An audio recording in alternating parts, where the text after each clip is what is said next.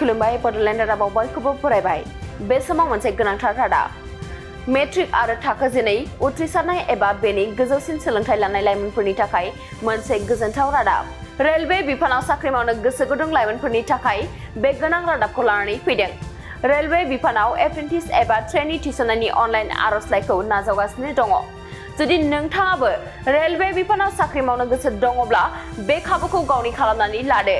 नंगौ, north east frontier रेलवेआ एप्रेन्टिस act 1961 नि सिङाव सोलोंसाफोर एबा ट्रेनिस थिसननायनि थाखाय अनलाइन आरजलाइखौ नाजावगासिनो दङ। आरजाथाव बिनायसाफोरा 3 दिसेम्बरसिम मावख'आरि वेबसाइट nfr.indianrailways.gov.in नि गेजेरजों गावसोरनि आरजलाइखौ गथायनो हागोन।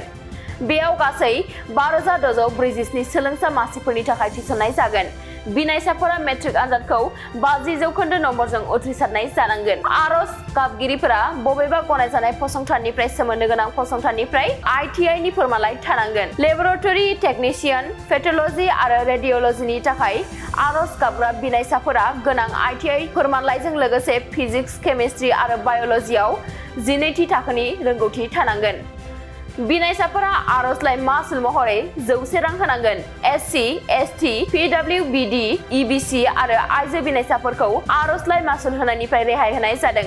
बेनि बागै गुवारै मिथिनो थाखाय नोंथांमोनहा मावख'आरि फोसावथायखौ नायनो थाखाय खावलायनाय जाबाय।